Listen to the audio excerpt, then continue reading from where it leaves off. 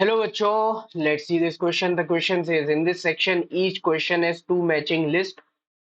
Choice for the correct combination from column 1 and column 2 are given as options A, B, C and D, out of which one is correct. यहाँ पे आपको दो columns दिए, that is column number 1 और ये column number 2।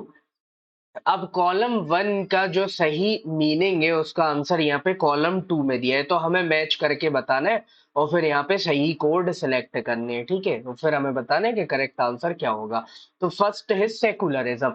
Secularism का मतलब क्या होता है कि देखो, जो स्टेट है उसका कोई ऑफिशियल रिलीजन नहीं होना चाहिए और स्टेट रिलीजियस मैटर से सेपरेटेड रहे, ये सेकुलरिज्म का मतलब है। तो यहाँ पे हमें कहाँ दिख रहा, हाँ सेकंड वाले में लिखा हुआ है separation of religion from state, तो ए का हो जाएगा सेकंड। ठीक है, ए का हो जाएगा सेकंड। अब सेकंड आते हैं कॉन्स्टिट्यूशन पे।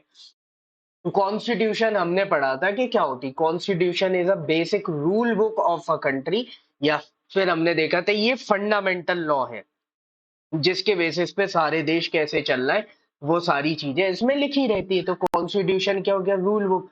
इससे मैच कर रहा है फर्स्ट से, तो बी का हो जाएगा फर्स्ट।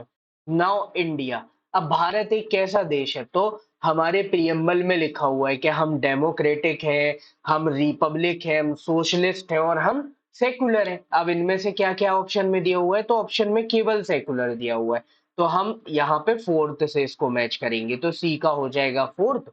और फिर ज्यूस अकेला बचा है, तो ज्यूस हेटेड बाय हिटलर।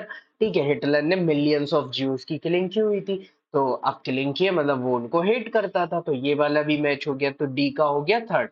अब ए का टू, बी का फर्स्ट, सी का फोर्थ, डी का थर्ड, ये ऑप्शन कहाँ पर है, तो ये है हमारा डी वाले ऑप्शन में, तो करेक्ट आंसर हो जाएगा हमारा D. Hope you understood it well. Best of luck, thank you.